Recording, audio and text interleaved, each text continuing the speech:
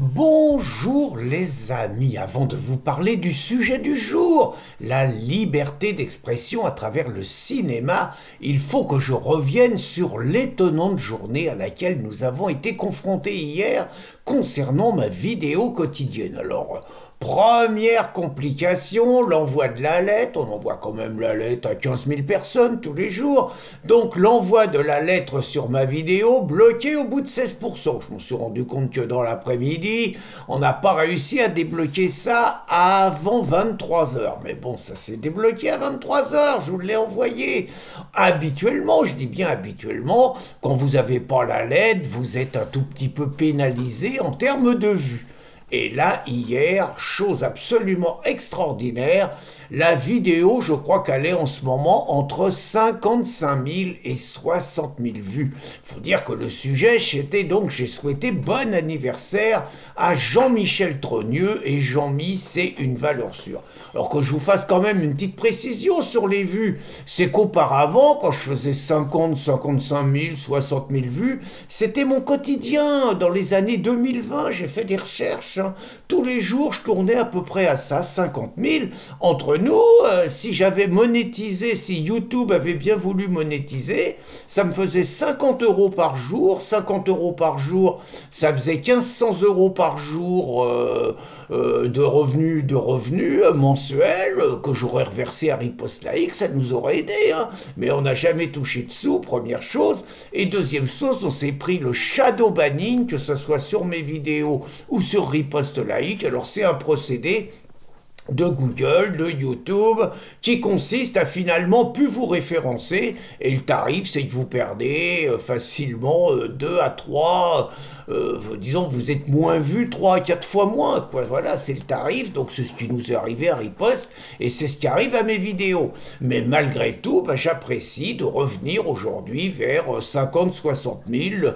Je présume que s'il n'y avait pas eu le shadow banning, très franchement, je serais, je pense, aux alentours de 80 à 100 000 tous les jours. Je vous rappelle que sur Notre-Dame, j'avais fait 200 000. Là, je pense que la vidéo Jean-Michel Trogneux, elle aurait fait à peu près ça. Bon, voilà, c'est comme ça.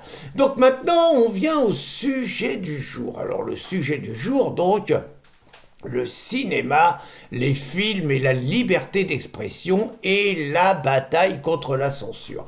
Alors avant, les choses, ça c'était vachement simple. Avant, la gauche, l'extrême gauche, on était pour la liberté sans limite. On disait qu'il était interdit d'interdire. Donc tout il était permis.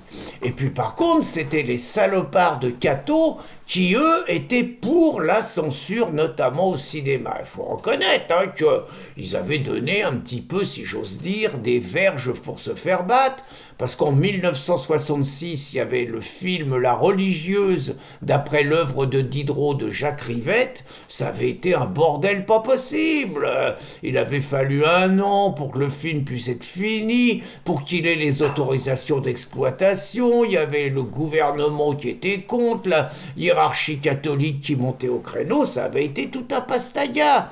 Et puis il y avait eu aussi, dans les années, après les années 80, en 1987, il y avait Jean-Pierre Mocky qui avait réalisé un film Le Miraculé avec Jean Poiret, et franchement là c'est pareil, ça avait gueulé. Bon, les mecs ils montraient une escroquerie autour de Lourdes, ils se moquaient un petit peu du côté les miracles et tout. Ça avait beaucoup énervé les catholiques. Et puis en 88, ça avait encore été pire. Il y avait eu la dernière tentation du Christ de Scorsese, et là il y en avait, ils étaient même tellement énervés que dans un cinéma de Saint-Michel, ils avaient réussi à coller un objet incendiaire, ce qui est vachement malin, parce qu'il y a quand même un mec qui était mort à l'intérieur du cinéma, quoi. Donc, les mecs, ils avaient mangé, il faut reconnaître que, bon, pas extraordinaire. Alors, il n'y a pas que les curés, oula, les meuzes, faut pas trop jouer non plus, parce qu'en 1993, en Suisse, non, c'est plus tard, il y avait la projection d'un film dans un festival, et non, c'était une pièce de théâtre, et la pièce de théâtre, c'était le fanatisme ou Mahomet le prophète. Oula, alors attention, le mec, pourtant, il ciblait l'ensemble des intégristes, mais les musulmans avaient fait pression et tout, et puis bah, la pièce avait été changée pour pas blesser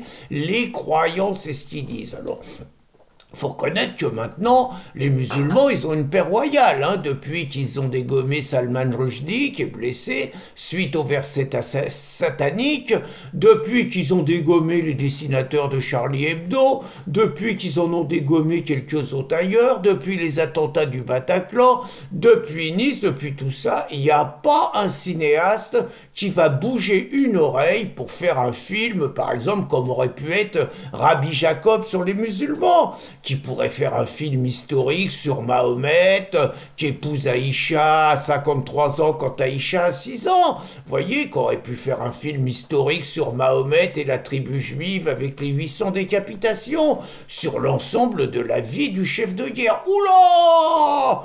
Les mecs, ils ont quand même pas envie d'aller au mastic, d'aller au casse-pipe, surtout que déjà, leur film serait peut-être interdit, puis en plus, les mecs, ils jouent leur peau. Donc les musulmans, ils ont réglé le problème. Et on peut dire que maintenant, bon, il y a les musulmans, les curés, très franchement, ils nous foutent une paix royale, mais on a les nouveaux inquisiteurs. Je vais vous dire ce qui se passe à Montpellier. Alors à Montpellier, il devait passer pour la 3e fois le film de Tommy Robinson, Silenced, qui montre un petit peu comment ce journaliste, militant par ailleurs, hein, patriote, a été le seul à faire une enquête de terrain pour démonter un mensonge d'État autour d'une bagarre en cours de récréation où un jeune Anglais de 15 ans avait corrigé un Syrien de 13 ans et toute la presse, tous les politiciens, tous les journalistes et tout, ils avaient dit que c'était une agression raciste, que c'était grave.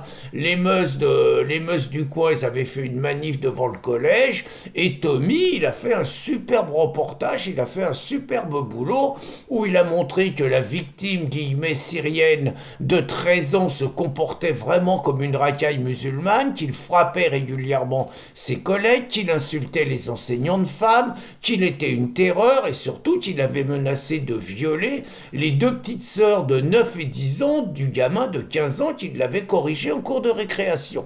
Bon, Tommy a montré l'ensemble de la corruption de cette affaire, combien on a donné d'argent aux gens pour qu'ils se taisent. Enfin, il a fait un travail de journaliste extraordinaire.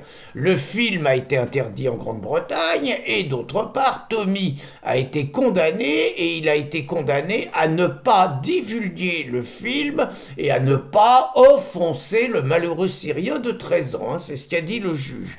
Donc Tommy, au bout d'un moment, a passé outre et ça lui vaut d'être en prison aujourd'hui. Mais son film est interdit en Grande-Bretagne, il circule naturellement sur la toile, mais il est autorisé en France, et donc il y a une copie en France, et Éric Bonvoisin, le président du Rassemblement vendéen, le fait circuler, fait des diffusions. Il a commencé la première fois à Challans, il a continué après à Combourg, donc à l'invitation de Christine, et là il devait faire ça à Montpellier. Mais les nouveaux curés étaient là, et les nouveaux curés, c'est d'abord les gauchistes qui estiment le film, qu'ils n'ont pas vu, hein, qui estiment le film raciste, islamophobe, et pour eux, évidemment, les lèche-babouches, un film islamophobe, c'est un délit, hein, on n'a pas le droit de critiquer l'islam, hein, c'est interdit.